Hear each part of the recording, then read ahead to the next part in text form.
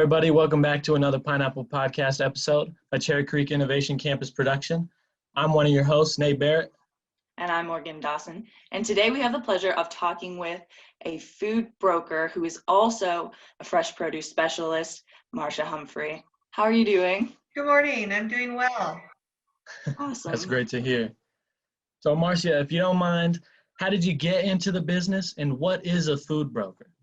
Excellent questions. And we're asked often, what's a food broker? I entered the business classically, like I think most people meets opportunity. I needed a job, and this one, I had acquaintances in the business, and they needed a front end office help. And so in roughly 1982, 83, I started working for a food broker for $4.20 an hour, typing and emptying waste baskets, and I didn't know anything about the business either. So I was learning ground up with no aspirations other than a paycheck. So it was a classic example of they needed somebody to work and I needed a job, and every time they needed another thing within the industry, I raised my hand and said I'd do it.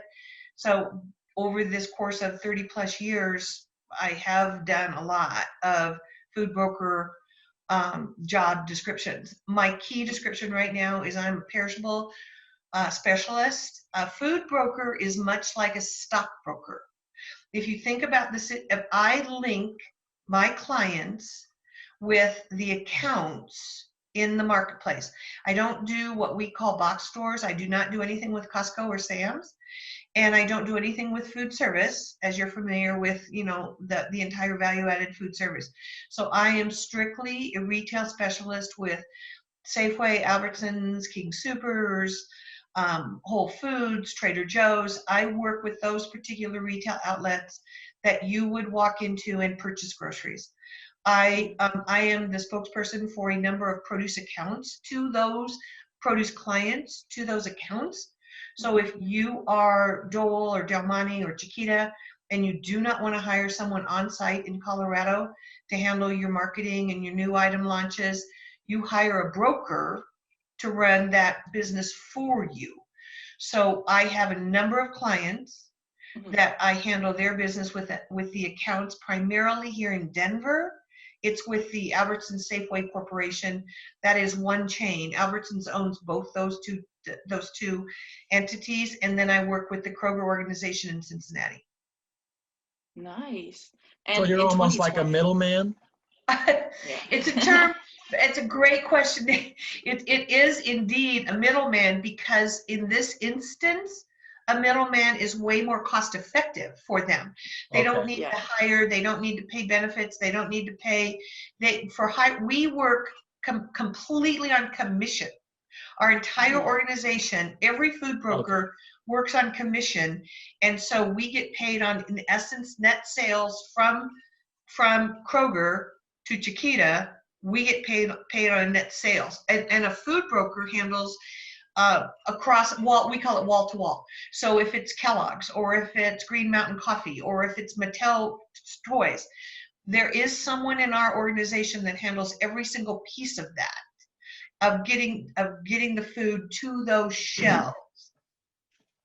Okay, so in essence, without you, we'd have less of a selection at the grocery store.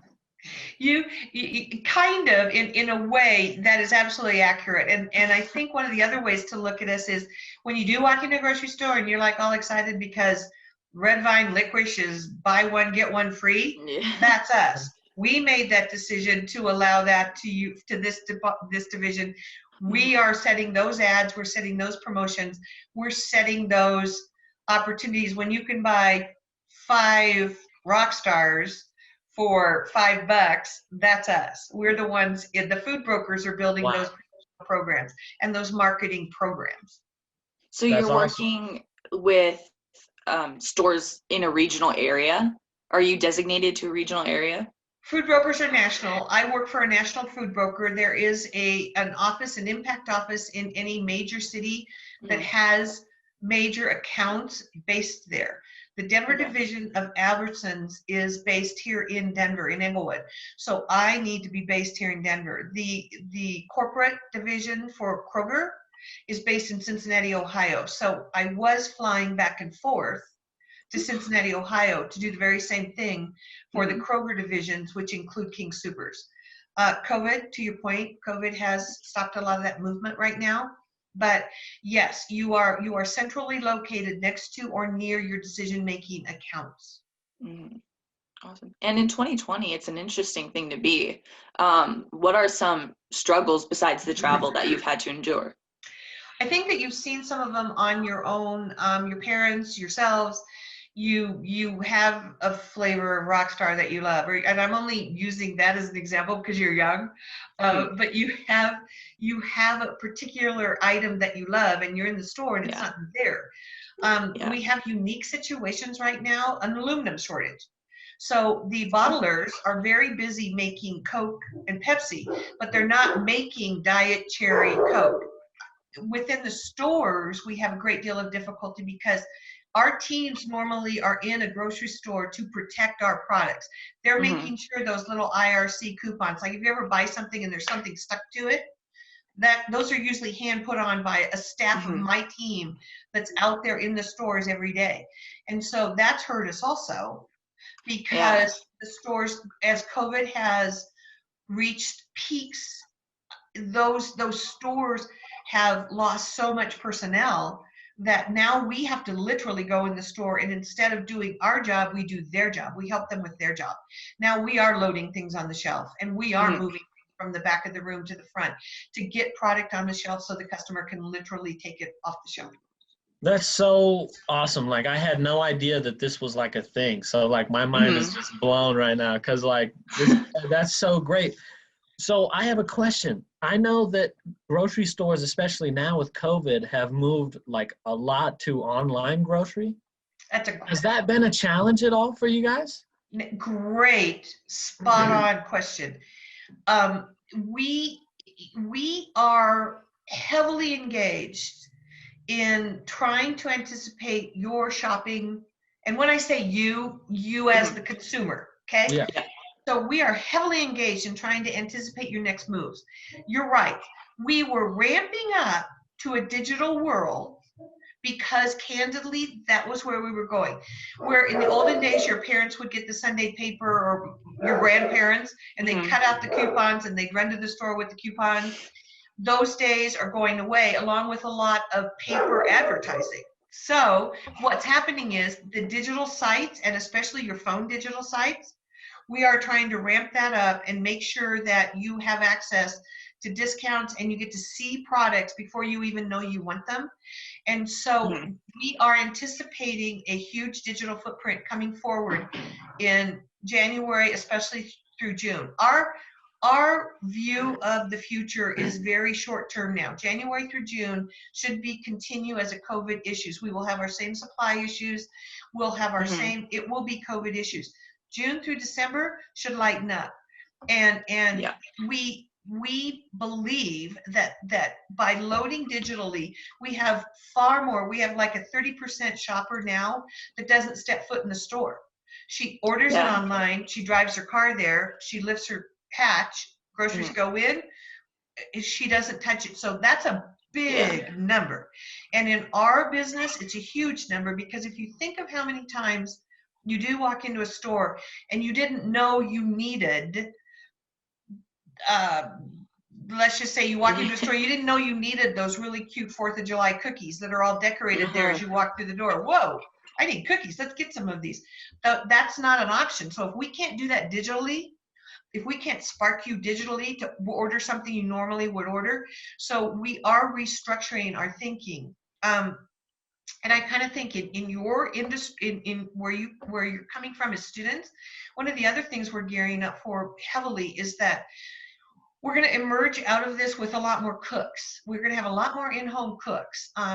We're seeing many changes now and a huge interest, cooking shows. I want to do this myself. Ingredients are getting a little bit more complicated. I'd really like to have pure vanilla bean instead of vanilla extract. Things like that are happening. An interesting sidebar are boys, males. Males are suddenly heavily engaged in cooking.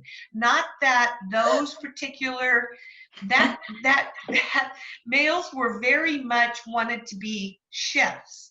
But the average guy didn't want to come home from football practice and make himself a grilled cheese sandwich. That was not, we're seeing that now. We're seeing the boredom sort of kick in. It's like, all right, fine.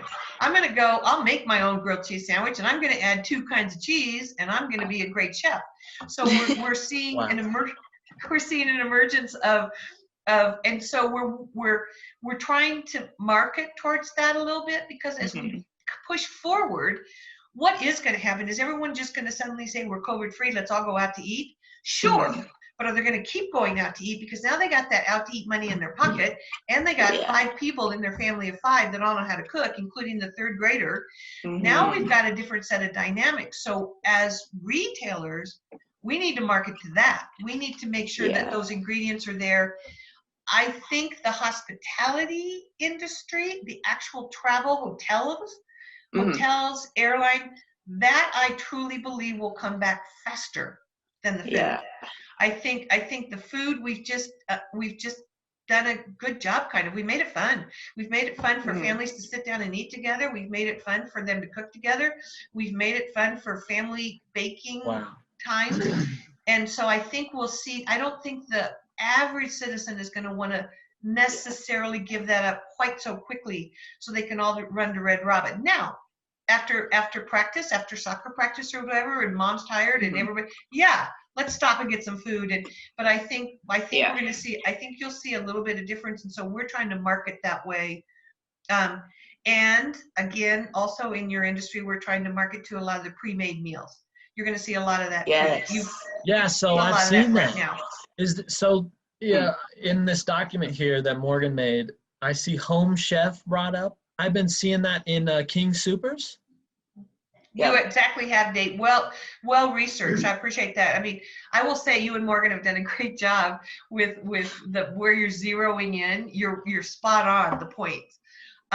Yes, this, I know in the beginning, this was, if restaurants, if small business restaurants are going to have to close and then try to reopen again, there is an opportunity that now has closed for emerging food and it's closed the door for a while at least. Big Shanahan's, Morton's, they're not necessarily going to need entree level, so your windows have closed, and it was one of the things that it did catch my attention, because there are other ways. Those people that create those home chef meals, they are chefs.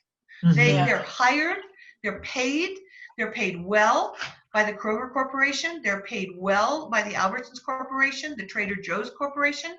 When you see new flavors come forward, this is a jalapeno roast beef mashed potato, that's a brand new recipe that was tried and tested, and those kinds of things, those chef and those food level jobs are going to be out there, and they're going to be very plentiful. And it kind of goes back to when you first asked me about how I got in the business.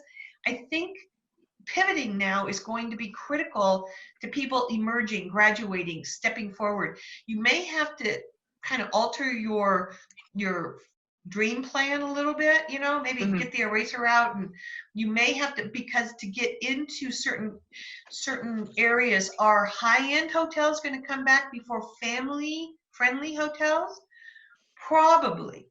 And this is a guess, a pure guess on my part, because the business industry last year, if 52 weeks out of the year, I was probably on the road 40 of them, maybe twice in 1 week, maybe for 2 weeks at a time. But there was a lot of travel, and the business travel from my industry alone, and these are generally higher end. These are staying at the Marriott, not staying at the Fairfield, or staying at the, and so I think that's the other thing that you will see as you anticipate, how we're going to emerge from this.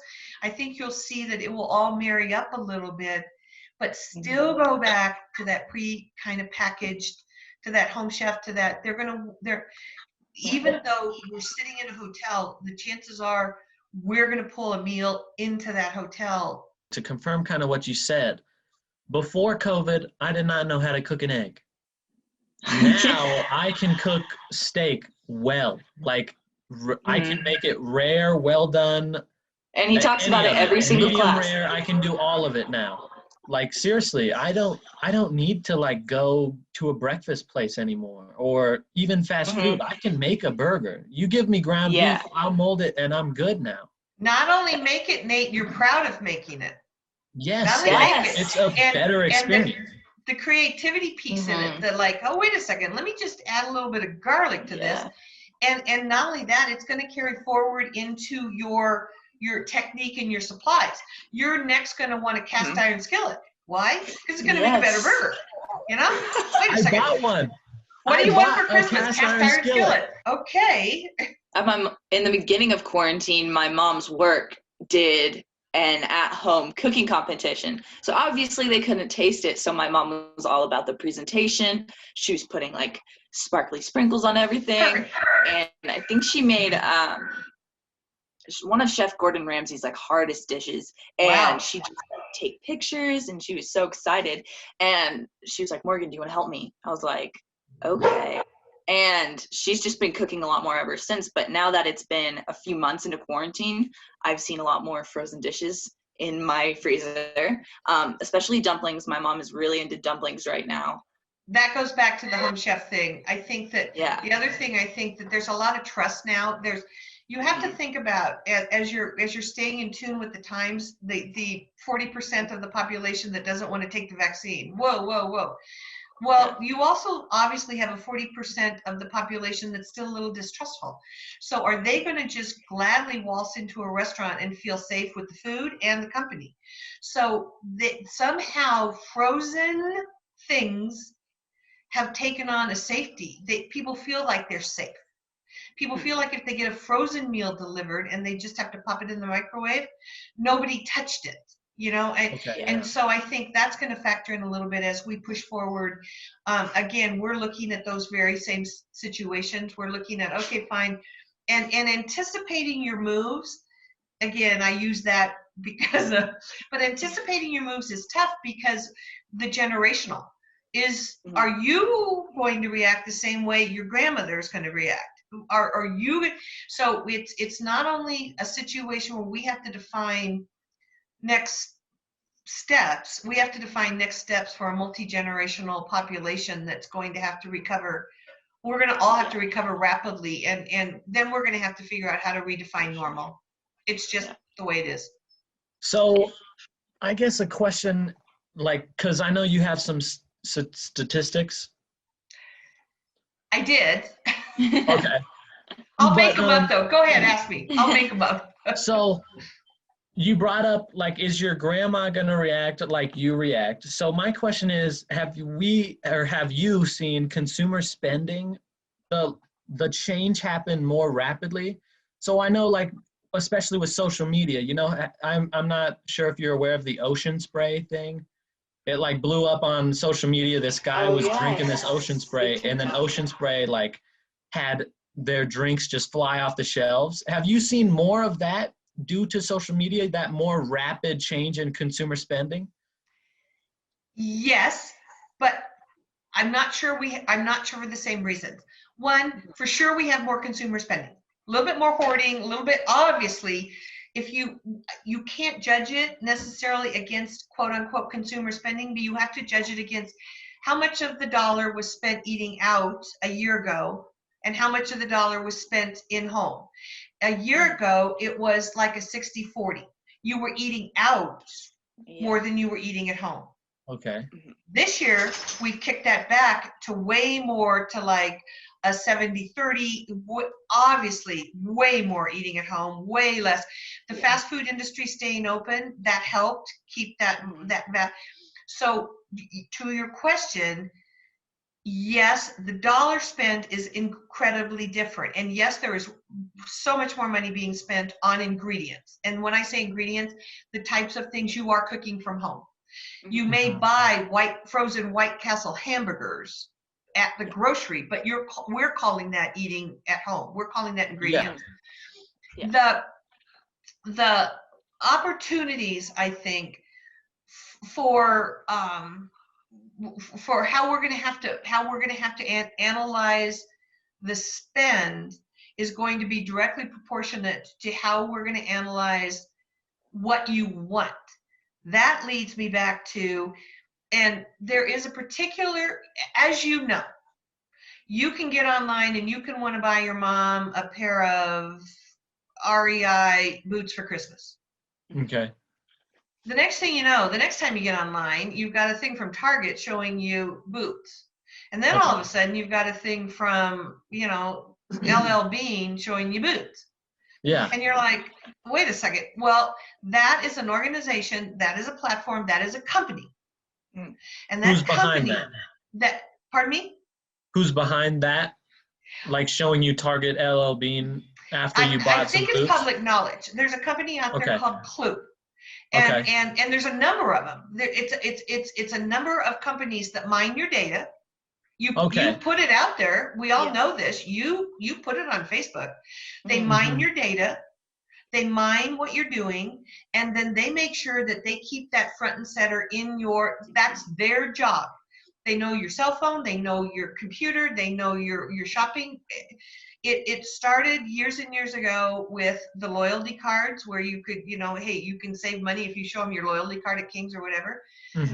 So because they understand your data and understand your shopping, they have perfected this mining process so well that now we understand if you and Morgan and a couple of other buddies all sit on the back porch and you have a Red Bull sitting in front of you and you take a picture of all of you having a happy time, but they see the Red Bull, and if they can identify who you are, you're now going to get those Red Bull triggers. They're going to see the Red Bull on the table. Yeah. They're going to see the Nike hat on your head. Yeah. They mine so deep now, and that's where it starts flooding in. So the ocean spray thing, they see it, and then they go out to your contact list, and then they go out to their contact list, and then they go. Yeah. So that social media, that ability to move quickly is there, and it's being utilized right now. So it can happen on any, and companies, they want to take advantage of it. They want to see the Red Bull there, and they want to say, look at these really cool kids from Denver, Colorado. This is great. But again, the difficulty with all this is what's public and what is not. Where is the legal part of all this is going to start to come into play here as we push forward. Wow, so I didn't know that was a separate company. I feel like most people would think it's just Google, but that makes sense that it would just be a separate company. There's a number of them, and again, I don't think there's a number of them that are, and they're good at what they do, and they another thing that I heard recently from a meeting I was on is that I don't know if you've ever tried to order something online from a non-company, not an Amazon or something like that, but from just a random company.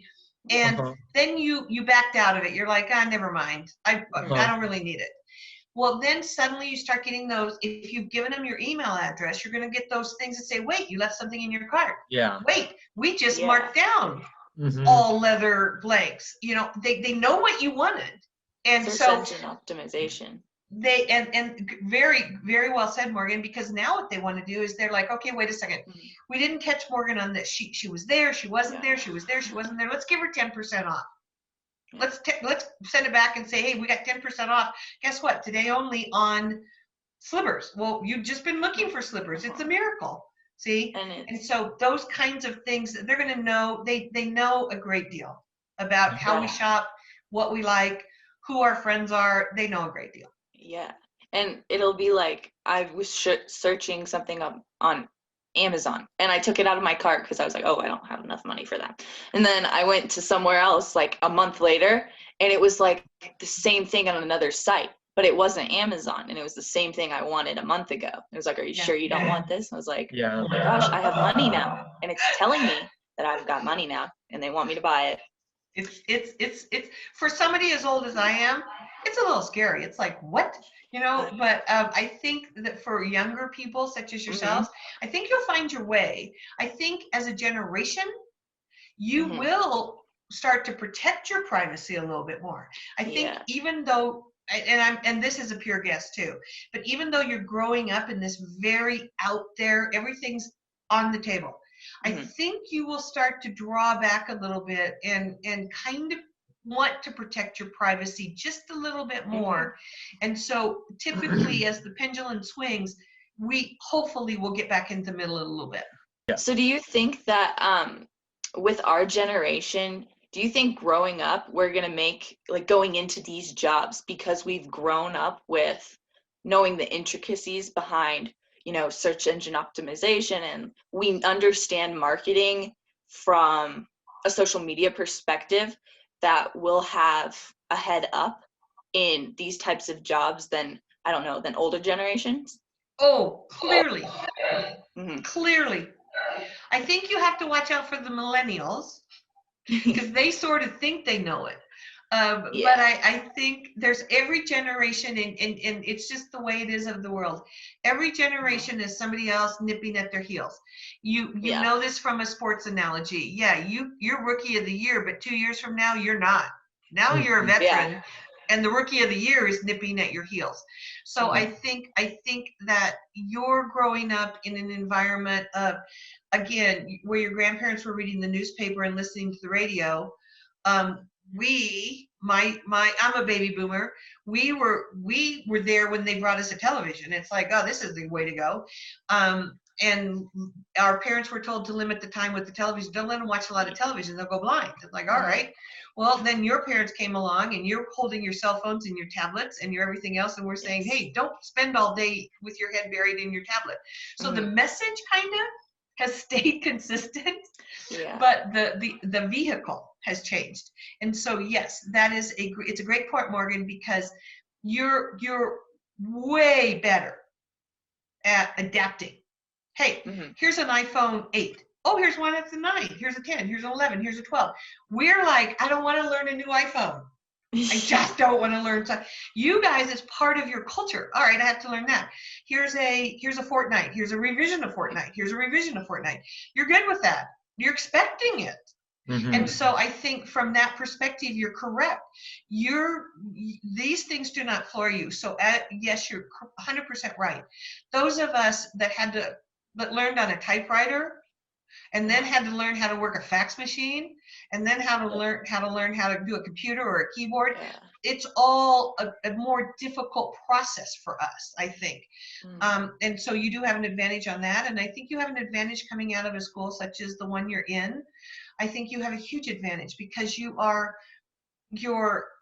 trained to think more globally and less focused. And I think, and you see opportunity in so many places. And I think that's a huge value too, to where you are right now. We are a high paid industry. None of us are starving to death in this industry. It's unique.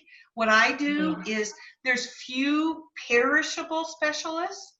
There's a lot of people that understand Cheerios and, but when you get into meat and when you get into deli and when you get into produce, or these are the ones that are way more unique because of the taste as you change. You guys would never have heard of kale in a million years.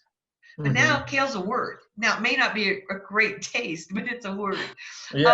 And so those kinds of things, I would be very, very happy to continue conversations, to have you guys over to the office. We can sit around the conference room. We can look. We do a lot of C-store business, a whole different department.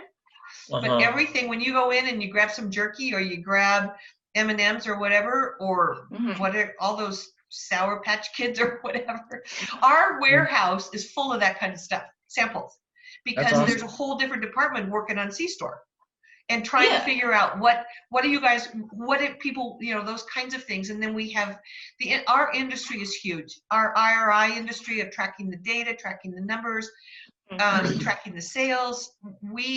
Our industry as a food industry is huge. Yes. That's awesome. And I think it's a great opportunity for more people to get involved in, and for those listening to really look at, just to speak to some things that you said, commission. I know that sometimes it gets a bad rap, but if you're someone who hustles, commission's actually kind of nice. It keeps you on your toes, and it can bring in some money, Also, if you're the type who goes to the grocery store, or you got any interest in this podcast, you should really look into this, because if you look at the shelf at your grocery store and you wonder why that's there, and you wonder things about that, what happened, what's the connection there, this is that, and that's why it's so interesting, because I'm that type of person. I go look and I'm like, oh, why is this there? What is this product placement? What is this? What are the details of this? Where is this coming from? Why is this there? And I think that's awesome. I think this would be great for people to look into, and I'm so glad that you came here to talk to us about it. You did perfect. Wonderful job. Thank you. Absolutely. Thank you, Nate. And I will say that your statement, we do build all those schematics.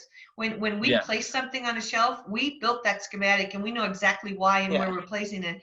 We also, when you see a new flavor and you're like, whoever thought of marshmallow blankety blank, that's because the research was done by our chefs, by our teams. And it's like, this makes sense. So let's do this. I would leave you with one thing that both of you seem to be very, very good at right now. You're going to need a skill set as you push forward, where you are relationship based for future job opportunities, for insights, for conversations. Obviously, knowledge is power, and you can gain that from a number of places, including conversational. So don't burn bridges. Don't be cautious with your future. Like I said, I started because I needed a job, but once you have it, protect it. Be that employee that they say, okay, fine, because I promise you, I don't make $4.20 an hour today. I've excelled a little, but I stumbled into an industry that I opened a lot of doors within that industry. And so I would say you guys are spot on the way you're going about this and the way you're handling yourselves. And I thank you very much for inviting me to do this. It's been my pleasure. It truly has. Thank you. It's been our pleasure as well. This is awesome. And you hit every single point that we were going for. Everything. And before we could even ask a question, you led into it. I was going to ask you, what was the last thing you would want to say to future leaders, watching right now? And I think you just answered it with the last thing you just said. I didn't even have to ask you. Hello, everybody. Thank you for watching another episode of the Pineapple Podcast, where this week we got to sit down with Marcia Humphrey. So if you want to keep up with her and Impact Group, make sure you follow them on Instagram at ImpactGRP. And if you want to keep up with the Pineapple Podcast, make sure to follow us at Pineapple Podcast CCIC on TikTok, Instagram, Facebook, and YouTube. Stay tuned, guys.